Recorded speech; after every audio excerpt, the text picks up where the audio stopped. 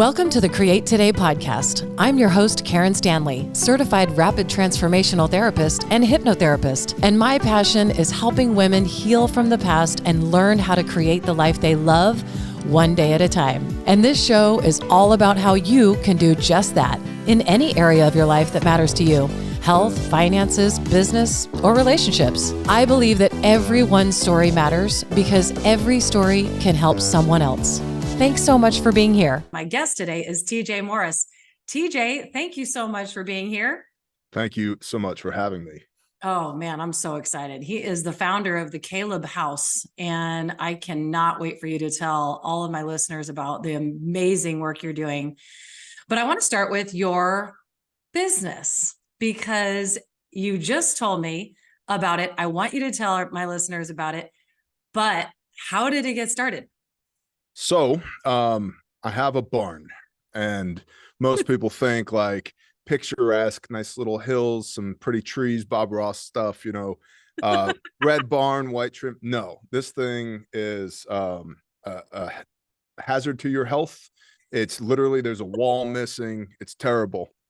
And I was in my barn one day and I was like, you know what? I need a good first aid kit. And there are no, by my standards, good first aid kits on the market. So I'll make one. And I reached out to a buddy of mine who has a sew shop here in the United States of America. And Sweet. I said, hey, bro, here's $1,000. This is what I want you to make for me. And so he sent me prototype 1 back, and there were quantity 6 of prototype 1. This is cool, but I don't need 6 freaking first aid kits. And so I'm all about subject matter expertise. So I reached out to some friends of mine, one of which was U.S. Army Special Forces, another one, Air Force Pararescue, the PJs. They're the special forces that rescue special forces when special forces get in a jam. Awesome guys. Yeah. And I said, yeah, they're awesome guys. And so I said, hey, man, here's a first aid kit.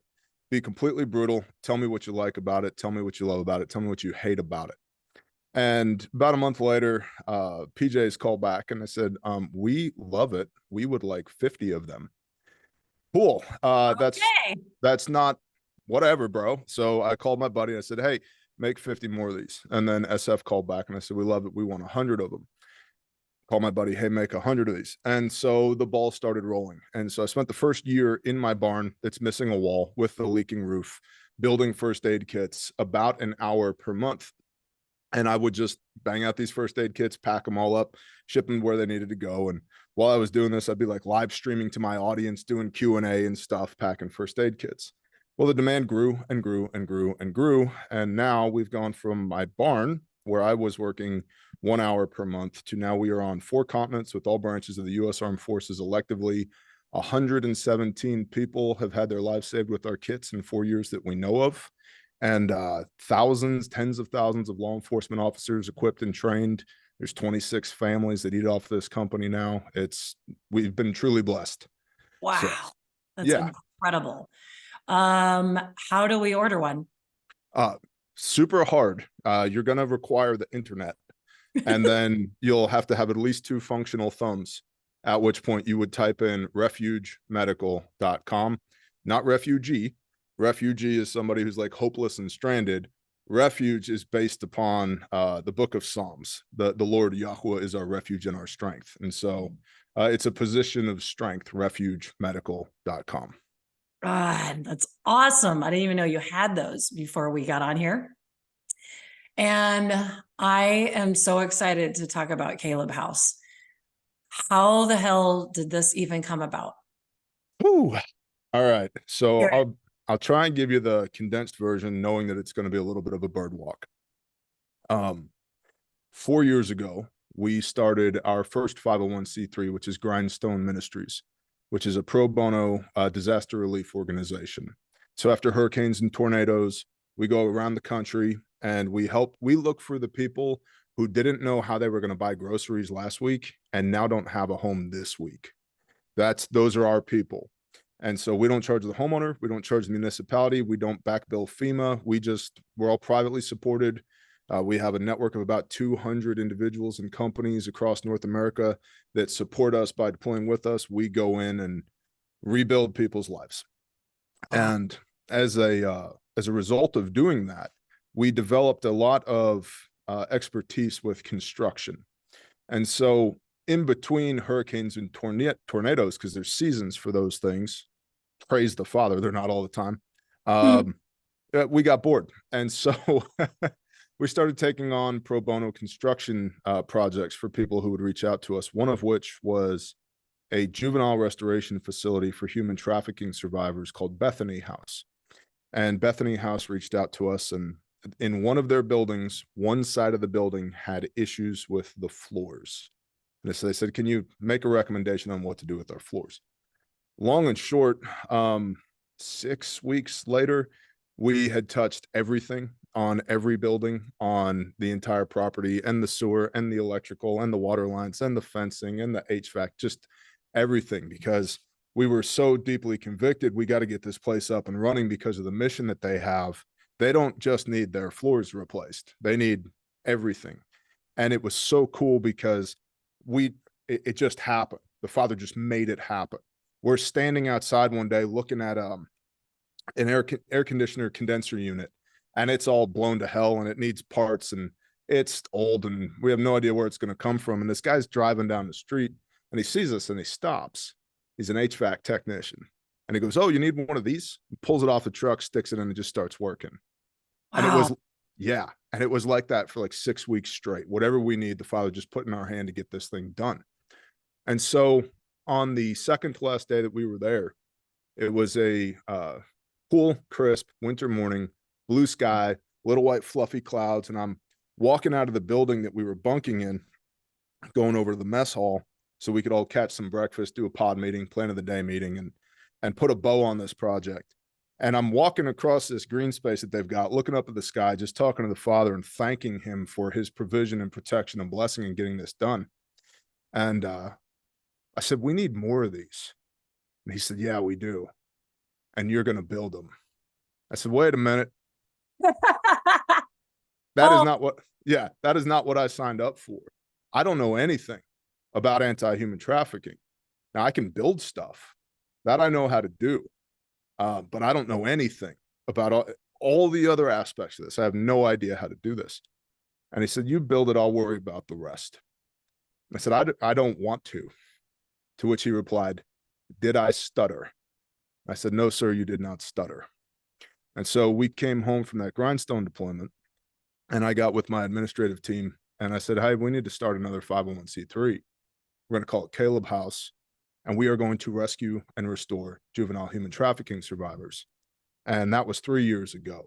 And in the last 3 years, we've learned a ton about the rescue and the restoration. And let me tell you, the easiest part is building the buildings. That's easy.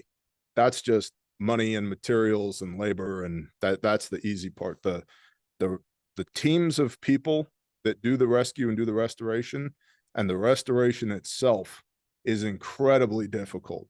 The buildings are the easy part. You give me a Holiday Inn, I can turn it into a restoration facility, not a problem. Right. So that's how. Kaleb? Why Kaleb House? Why that name? So Kaleb is an Old Testament badass. He was best friends with Joshua. And Joshua is an Old Testament pattern of Messiah. And so if you remember, the Israelites are wandering in the wilderness, and Moses says, "Hey, we're supposed to be living over there, guys." New Living Bear translation. "We're supposed to be living over there. Why don't you guys go check that out?" They say, "Sounds good, boss." And so they go and they look, they crawl up over a little hill, and they're looking at the promised land, Canaan. And they're like, "Dude, the grapes are the size of basketballs, flowing with milk and honey. This is amazing." And then one guy says, "Hey, there's giants over there. I don't know about this whole giant situation. Let's go report back to boss." And so they do. And 10 of the spies give a bad report. They don't want to go in. 2 do not. One was Joshua, who was Moses' right-hand man. The other was Kaleb, son of Jephunneh. And so they give a good report. They were unafraid of these giants. Then later on, after Genesis, Exodus, Leviticus, Numbers, Deuteronomy, you find the book of Joshua. And it's the story of Joshua going into the promised land and taking the promised land by force, which is something a lot of believers miss. Just because you're promised the promised land doesn't mean that you're not going to have to take it by force. Doesn't mean that there won't be battles. Right. And after all this is said and done, Kaleb looks at Joshua and he says, "Hey, man, I want that mountain." And Joshua says, the sons of the Anakim, the giants, the descendants of the Nephilim out of Genesis 6:4. He says, dude, there's giants up on that hill. And Kaleb responds, I am as good today as I was the day that Moses tapped us on the shoulder and said, go spy out the land. He's 85 years old at this point. That was 40 years ago, 45 years ago. He's like, bro, I'm good. I've still got horsepower. Gentlemen, grab your axes. We're going up the mountain. We're going to go kill some giants. And at 85 years old, Kaleb goes up the mountain, Hebron, and he slaughters these 3 giants in the promised land. That hill is Salem, which is where you get Jerusalem from, which is the holy city where the Father makes his name dwell. So if this one guy didn't have the cojones to march up the mountain in his old age and go slaughter giants in the promised land, none of the rest of us would even be here. And I love the biblical model of Kaleb, because he was just unwavering in his faith and his dedication over his entire life, and he was unafraid of giants in the promised land. And so what we do with Kaleb House on the mission side in the field is we are slaughtering giants in the promised land, because somebody has got to do something about this. And so that's why the name Kaleb. God, it's amazing. It's time for me to read the Bible again, front to back. Been a while. No, I'm serious. I don't even remember that story. Wow. Okay. So you decide, you make this 501(c)(3), you create the organization, then what? Yeah. So we do all the paperwork. You get in what's called pending status from the IRS, which is a wonderful organization to work with. I'm sure you're aware. Beautiful. Amazing. Yeah, they're incredible. Worth every dime that we pay them. And so we need more of them. Maybe. So we get into pending status, which basically means you can operate as a 501(c)(3), and then in a year or two we'll approve you. And so the goal was to start identify land, start raising money to purchase land, and then start building buildings on the land for a restoration facility. And important to understand, with anti-human trafficking is an industry, and anti-human trafficking is an industry necessarily. And there are a lot of people that do anti-human trafficking as nonprofits and as for-profits. We are a nonprofit. We have precisely 2 people who are paid on staff. Everybody else is volunteer. Try and keep the OpEx, operational expenses, to a minimum, focused on doing work rather than padding people's pockets.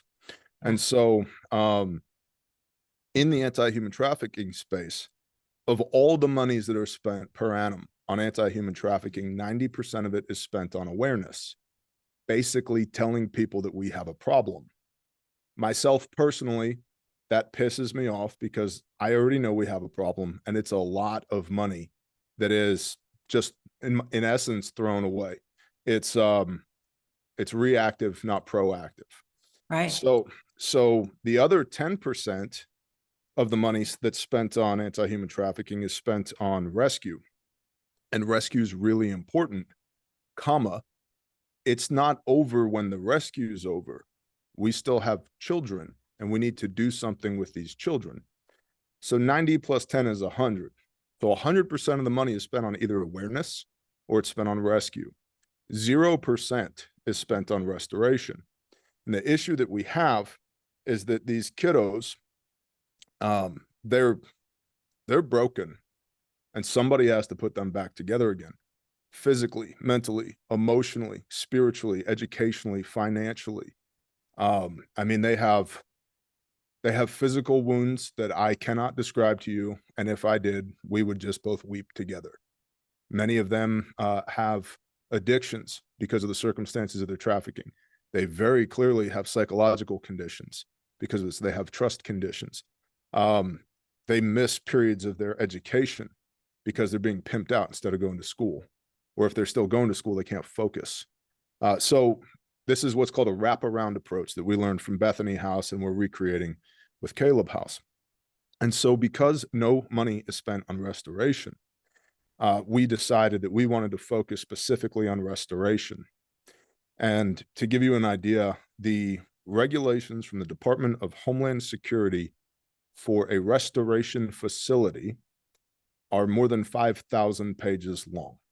The red tape. That's a ream of a case of printer paper, 10 reams of printer paper. And there's no like hotline you can call and get a subject matter expert on the phone.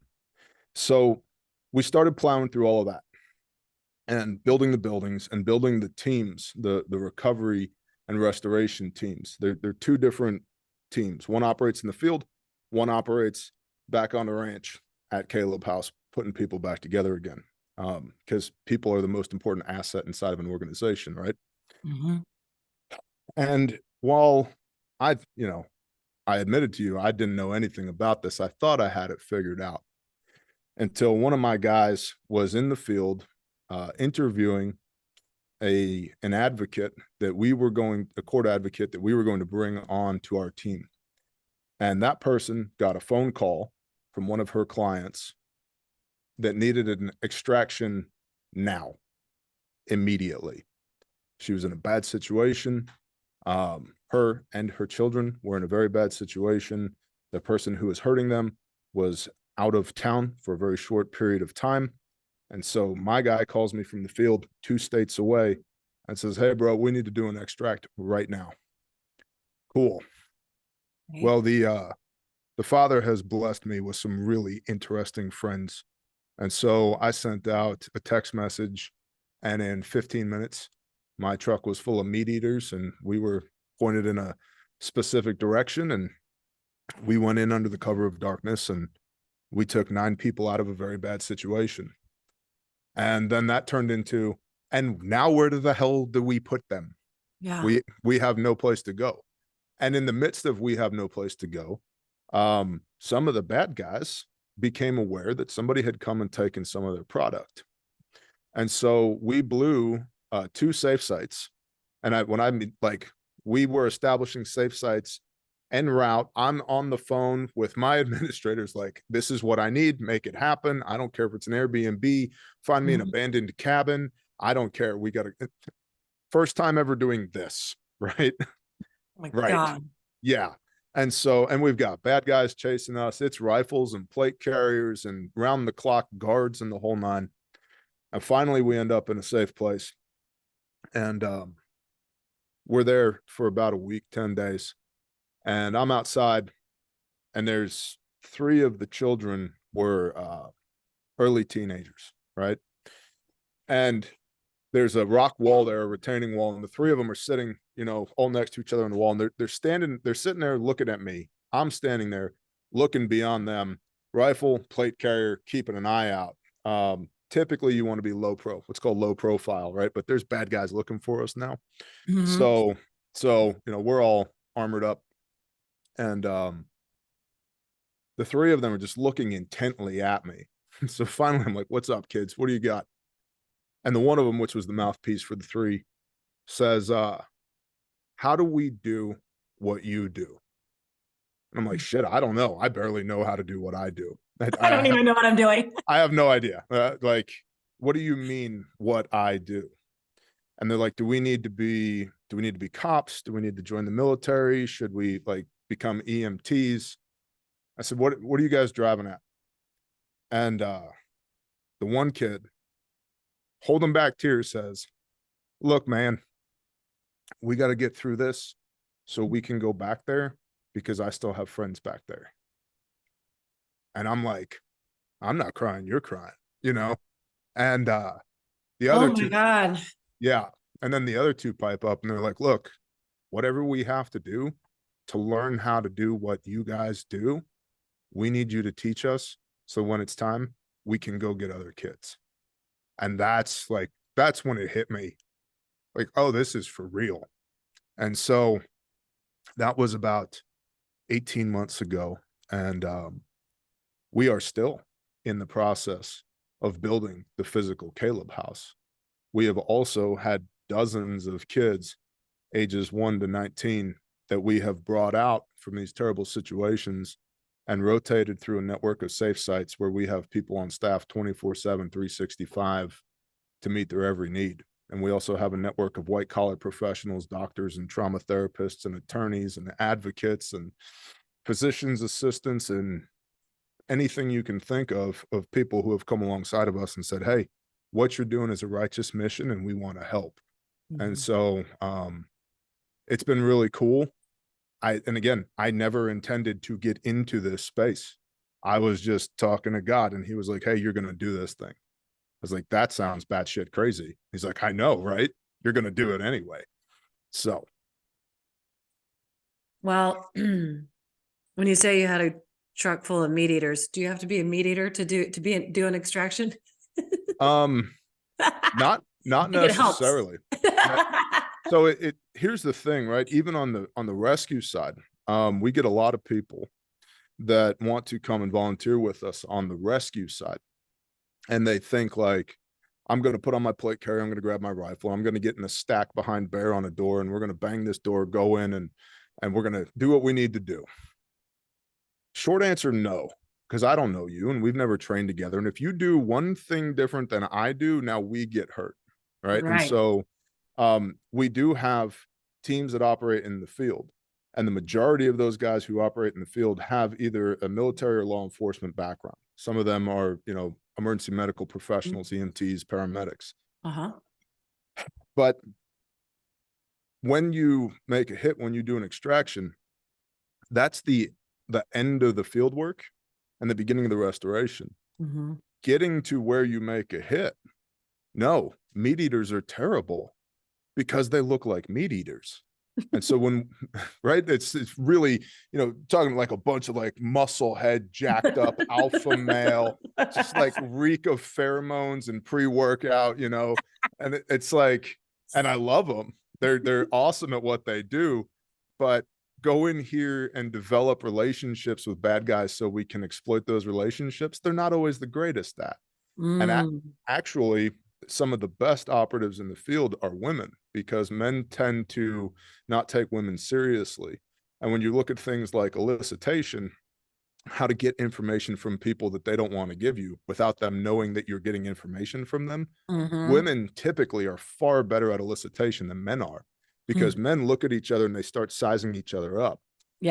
Women, a woman, a 6.5 out of 10 can walk up to any man and in 5 minutes have whatever bit of information that she wants to get, whatever it is that she needs to know. And then there's other things like grandma who's just crocheting in the coffee shop and listening intently.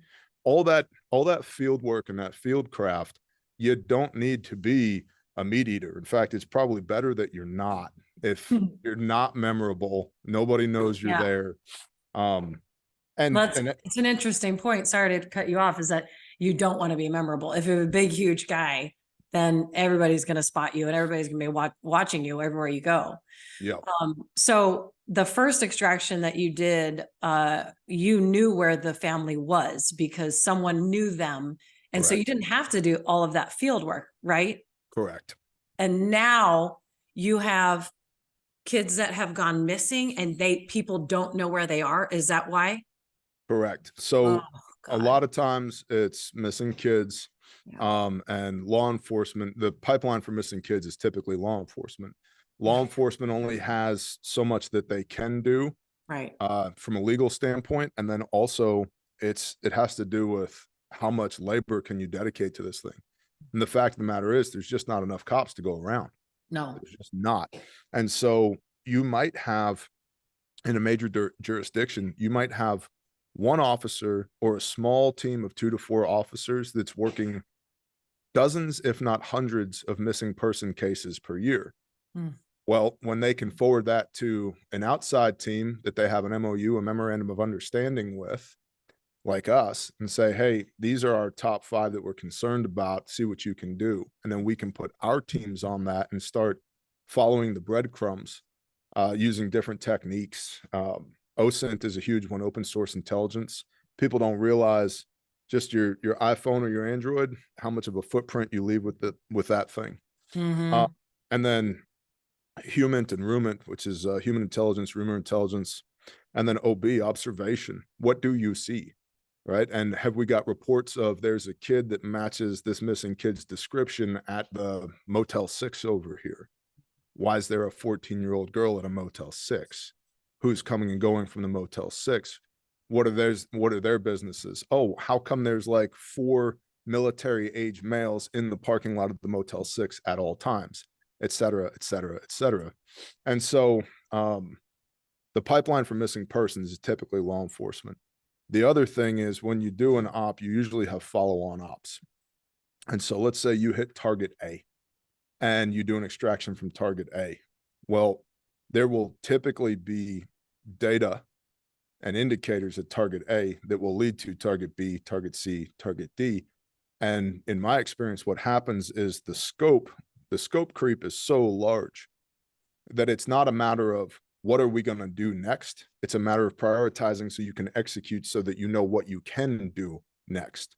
Where's the next place to go and the next place to go and the next place to go? Because again, even with 10% of the funding being for rescue, there's 17,000 kids a month that go missing in the United States of America, and human trafficking is estimated to be a $150 billion per year industry. And for context, you could buy every Home Depot, every Starbucks, and every NBA team in the United States, all of them, and still have money left over. And that's what's spent on human trafficking every year. And also for understanding, most people think trafficking, they think kids in cages in the back of trucks that are being hauled around all over the country and the world. And while that does happen, trafficking by definition is the exploitation of one human being by another, usually for money, but not always. And 78% of trafficking victims know the person who trafficked them. So about 20% of the time, it is kids in cages. 80% of the time, it's mom has a meth addiction and pimps out her 11-year-old. Or grandma can't make rent, and so she lets the creepy uncle come over for 1 hour per week. Like that. That's what's happening. Or a disgusting trend is that parents are exploiting their own children, producing CSAM, child sexual exploitation material, and then distributing that. And so it's the own parents, they're the kids' own parents that are doing this. And as a result, because law enforcement is getting better and better at this, we haven't even achieved the top of the bell curve yet, but they are getting better and better at this. The trend currently for victims is infants and toddlers, because they're nonverbal, therefore they can't testify. And so it should break your heart when I say I have 1-year-olds in my care. They are in my care for a reason. And so these people that do this stuff absolutely deserve the wrath of God, and they deserve to face the full force of the United States judicial system. And we view it as our job to make sure that bad things happen to bad people, to introduce them to whoever it is that's going to put them in a cage for as long as possible. Yeah. While also understanding that this is a learned behavior. And so these kids that have been subjected to this need that wraparound approach of recovery so that they themselves don't become victimizers, because statistically, each victimizer is responsible for 82 victims, not occurrences, victims. And so we have to break this generational curse. And there's only two ways to do that. One is to deal with the victimizer, to get them into a federal prison to where they never see the sunshine again, as far as I'm concerned. The other is to break this pattern of behavior with these kids and to retrain them. What is good? What is not good? What is righteous? What is unrighteous? This is how you behave. This is how you don't behave. So they have a chance at re-entering society and they don't go out there and then hurt somebody else. And so for every kid that we can restore, that's statistically 82 victims that we don't have to worry about 15, 20 years from now. Right. Oh my gosh. Yeah, it's sickening. I've heard some of those stats before. It makes my stomach turn. The kids, what happens? You're building a house right now, but it's not built yet. What happened? What can you do now when you have a 1-month-old baby or a 1-year-old baby? Oh my God, what happens to them? So we have caretakers. Mm-hmm. Praise the Father, we have caretakers. And we have trauma therapists and we have attorneys and we have all these people who care and who donate their time or are compensated way below market value to come in and literally take care of these kids. And then these kids aren't socialized. They need to learn how to be re-socialized. And so there's also an aspect of homeschooling here. Sometimes you're finding kids in their early teens to mid-teens that their 3 R's, their reading, writing, arithmetic sucks, right? Because they missed huge swaths of school. And so there's the homeschooling aspect. There's the physical rehabilitation aspect, part of which is there's a lot of doctor's visits.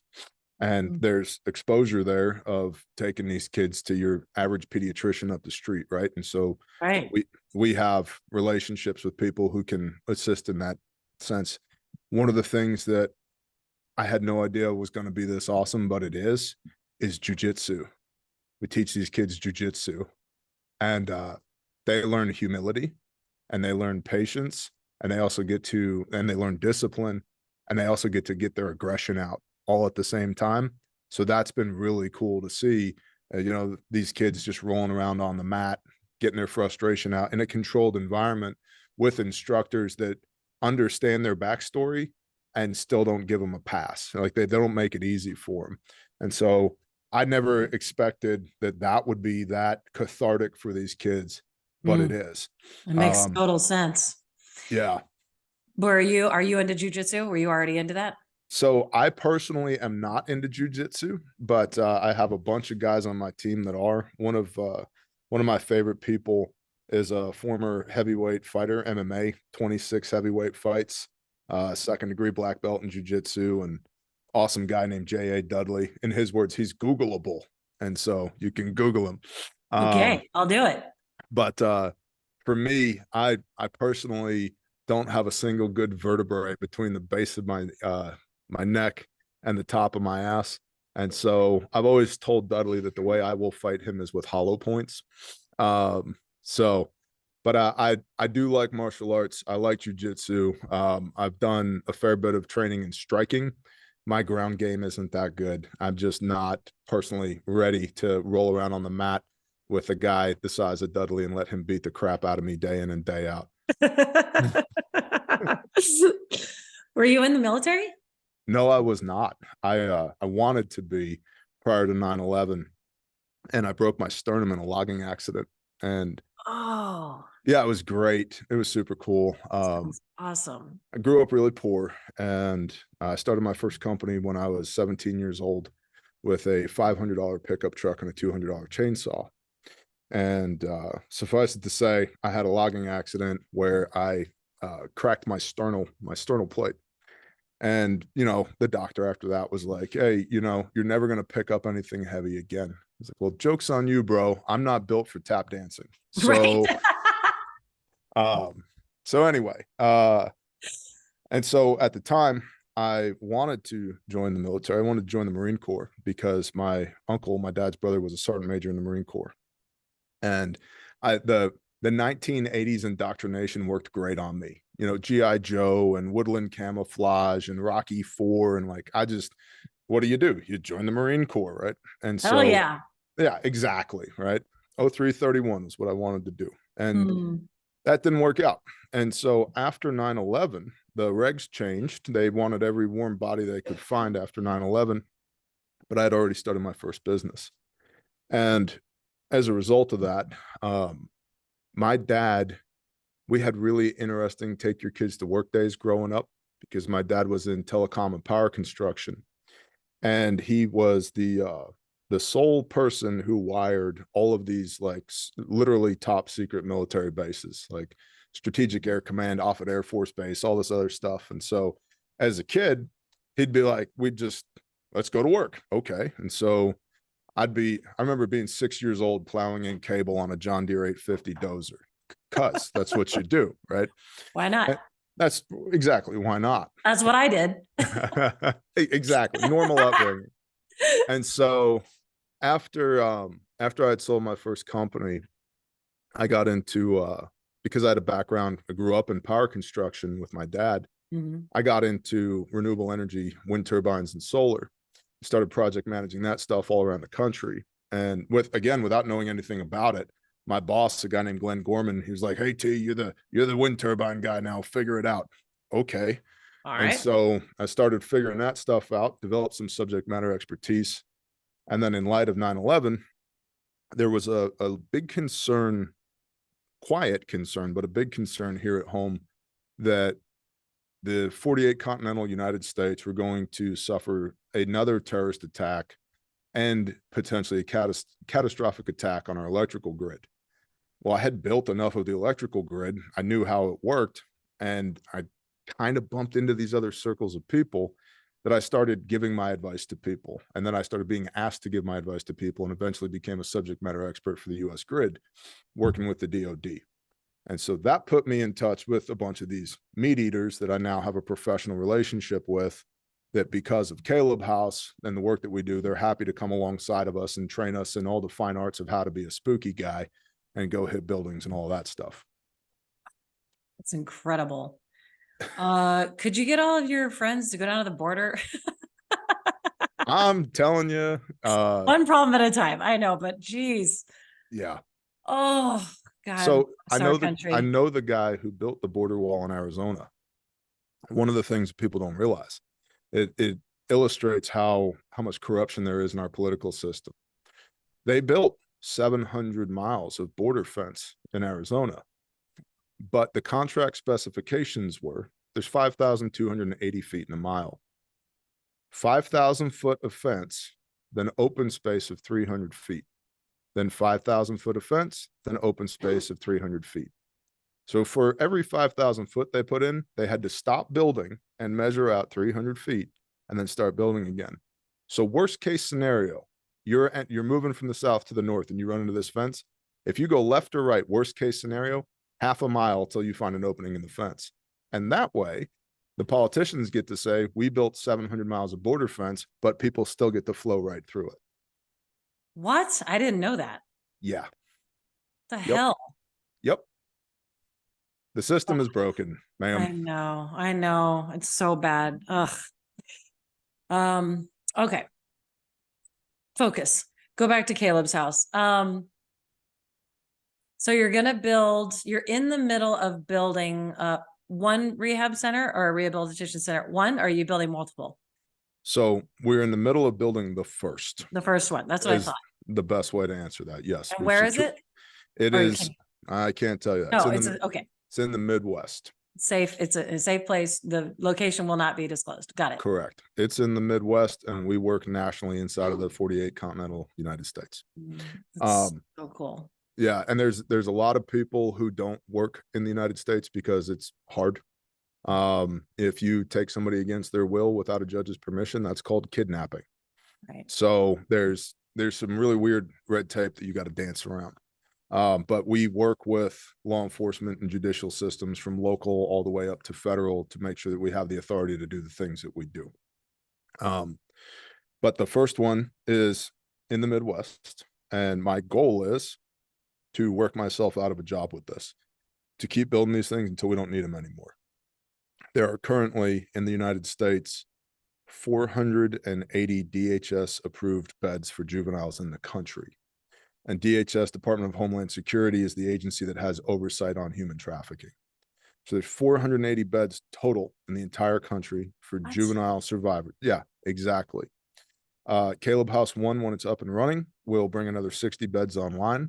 And then we will build 2 and 5 and 13 and 87 and 963 until I don't need to build these damn things anymore because the problem has been solved, or I'm dead, one or the other. It's incredible. I'm just blown away. Wow. How many bad guys have you put in jail? I can't give you a specific number because that would tie back to some of the ongoing operations that we have, but suffice it to say it's significant, and I'm really happy about that. There's nothing I like more. Well, there's only a handful of things I like more, that when we talk to our friends in law enforcement and we know that this person that got rolled up is going away for a long time. I love that. And it's very, very cathartic for the victims as well, for them to know that, like, hey, this guy got life in prison. You will never have to worry about him again. It's handled. He's gone. So I love that. Me too. What about, how do they get convicted? Those kids have to go testify? So one of the challenges with doing this, the rescue and the restoration, is we are literally developing case law as we go. Good. Yes. Yeah. But there's no precedent to work from in a lot of the cases. And maybe there is somewhere else, but not in this jurisdiction or not in this state. And so we're literally developing case law as we go. And if we can work with a judge who is willing to work with us, and we can get the testimony of the victims ex parte to where it can be submitted into evidence, but they don't have to testify face to face with their abuser, their victimizer, that's best case scenario for the vast majority of kids. There are some people that want to go testify. They want to look the bad guy in the eye and say, hey, screw you, you piece of shit. And that is their right, comma. It's also a huge operational security headache. Right. It's a massive operational security headache. Just the logistics of moving somebody from where they are, which is a controlled location, to a courthouse where, only a handful of very special types of people can have firearms on them. Right. And remember, some of these people that we're dealing with view these kids as their product. That's why they're not happy that we took them in the first place. Right. And so there's an exposure there that juice versus squeeze isn't always worth, trying to make the juice. It isn't even worth going through that sometimes. But if we can get the kiddos to deliver their testimony, or we can have the kiddos interviewed by certified trauma therapists and then submit those interviews to the judge to be submitted into evidence to be used in the case, that has worked well for us in the past. Hallelujah. Yeah. Wow. It's a crazy freaking world. It's disgusting. It's sickening. It makes, I can't even tell you. Oh, I mean, you have the same emotions, but I'm just like, I think, I wonder if most people are similar to me, where I really didn't realize this, the magnitude of this happening all around us until recently. I mean, I guess it's a little bit, I think you're right. They're wasting 90%. They're wasting all of this money. Everybody's donating money to just create awareness. I mean, I think everybody's aware now. I think, as far as I know, and we weren't aware of it. I personally wasn't aware of it till, I don't know, maybe 5 years ago or so. And I'm, I still can't believe it, the magnitude of this. And I also think it's like, I just love that you're doing something, fucking doing it, like actually saving them and giving them the tools that they need.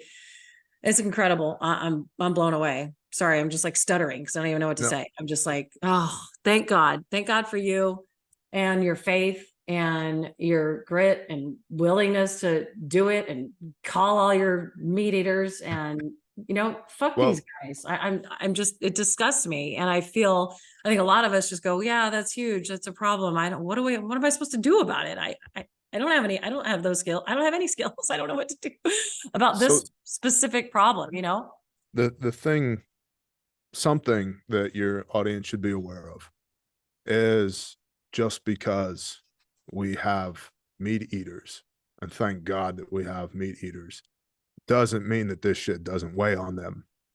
It does. Yeah. It does. And the depravity that some of these kids have been forced to engage in is so disgusting. I mean,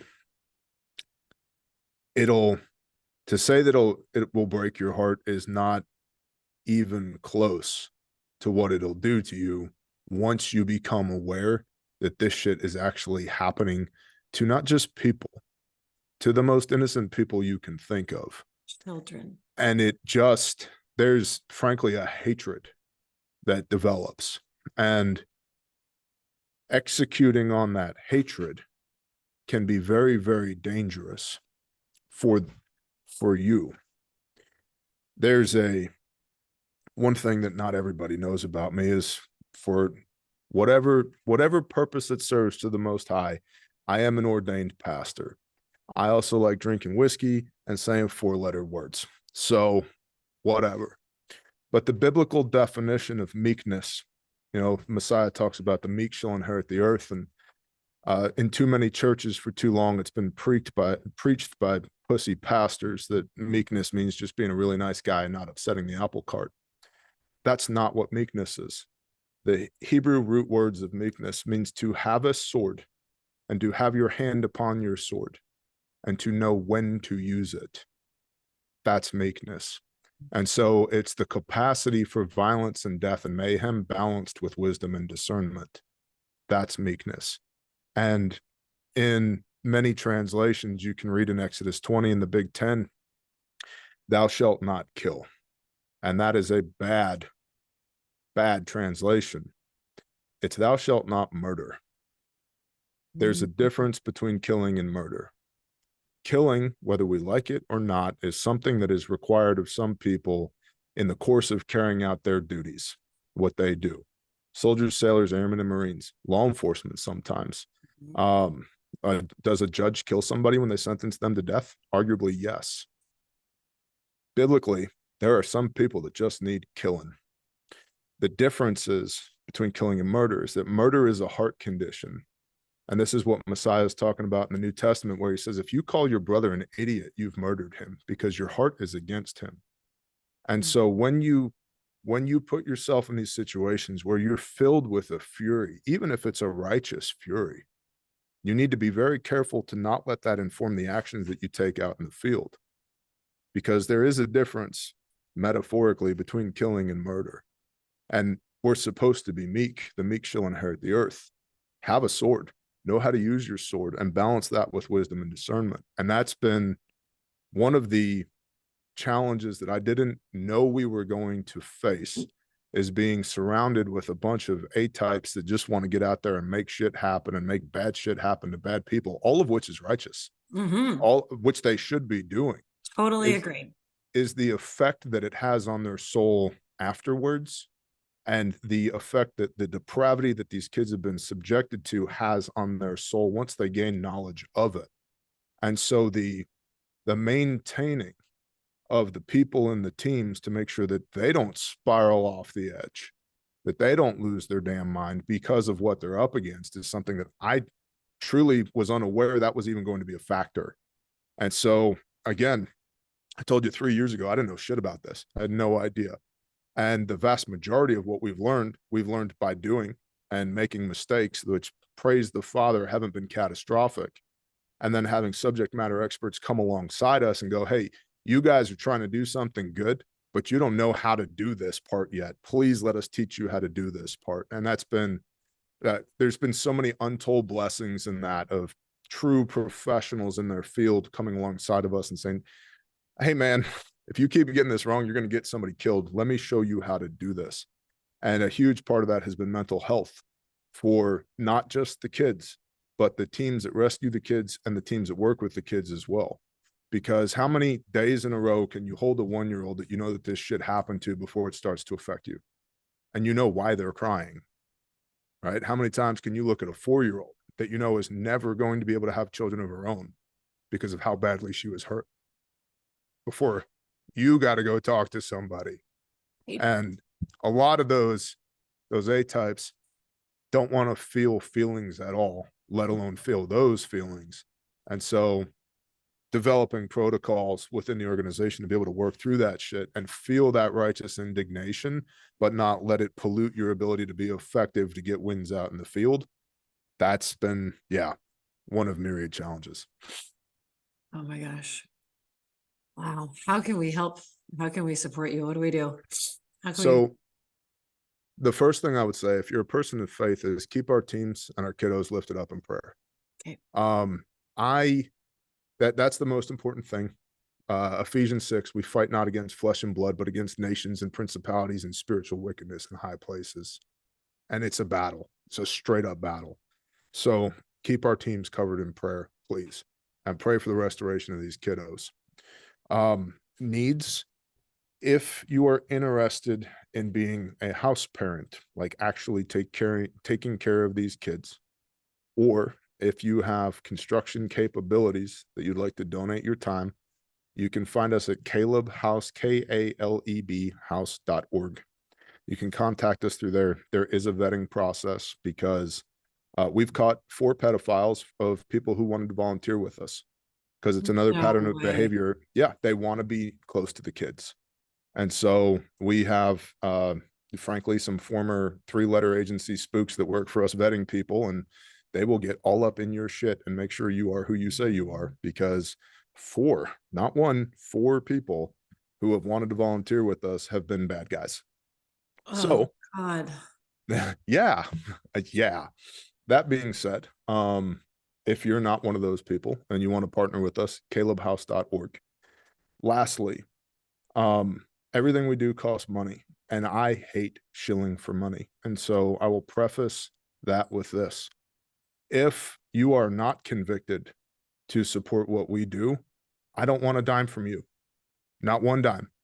You can support whoever you're already supporting, or you can support anybody else. There's a lot of other 501c3s out there who probably need your help too. And so I'm not here to give you a 45-minute sob story and then make my big ask, would you please give me money? Okay.